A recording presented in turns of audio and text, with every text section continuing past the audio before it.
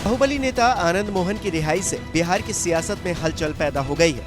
1994 में आईएएस अधिकारी जी कृष्णैया की हत्या में उम्र कैद की सजा काट चुके आनंद मोहन को लेकर सियासी हलकों में यही कहा जा रहा है कि राजपूत वोट पाने के लिए नीतीश सरकार ने सहयोगी तेजस्वी यादव के दबाव में नियम कायदों में बदलाव किया, जिसके तहत आनंद मोहन को रिहाई मिल गई।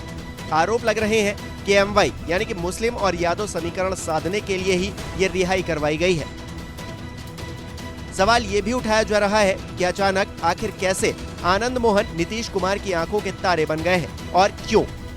राजनीतिक जानकार मान रहे हैं कि आनंद मोहन जो 1990 के दौर में राजपूतों और ब्राह्मण युवाओं के हीरो हुआ करते थे, उसके फिर से राजनीति में उतरने से राजपूत वोटरों का रुझान महागठबंधन की तरफ हो सकता है, क्योंकि फिलहाल उनके बेटे चेतन आनंद राजद से विधायक है।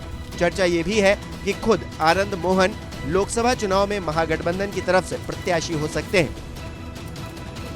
आंकड़ों को देखें तो बिहार में राजपूत वोटरों की आबादी करीब 6 से 8% के बीच है।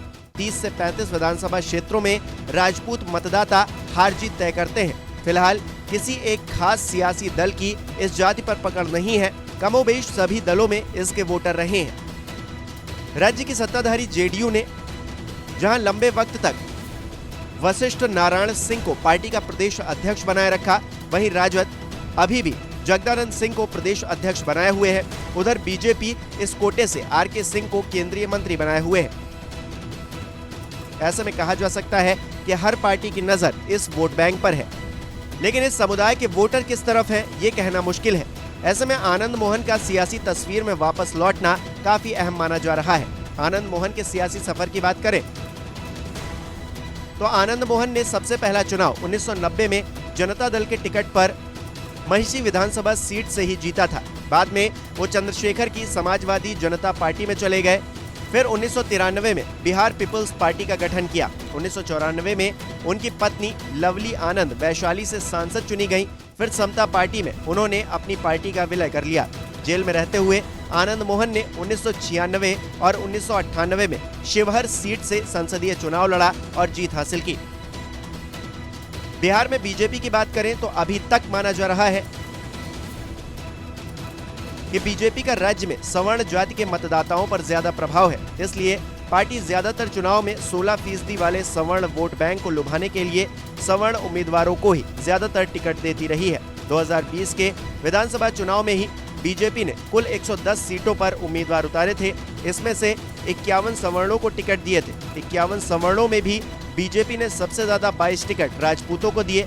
इसके अलावा 15 टिकट भूमिहारों, 11 ब्राह्मणों और 3 टिकट कायस्थों को दिए गए थे।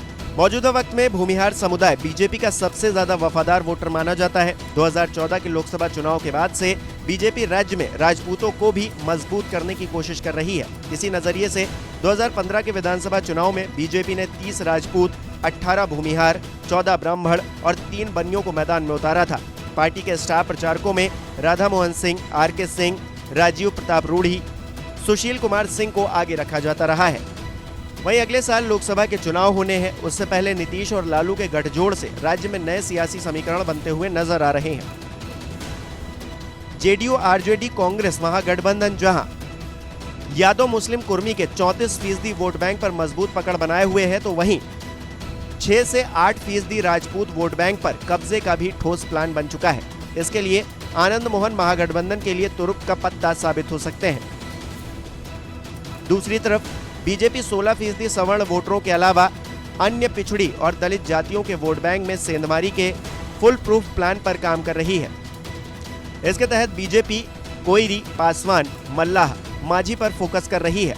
इन चारों समुदाय से बीजेपी 14 से 15% वोट में सेंधमारी की कोशिश में जुटी है।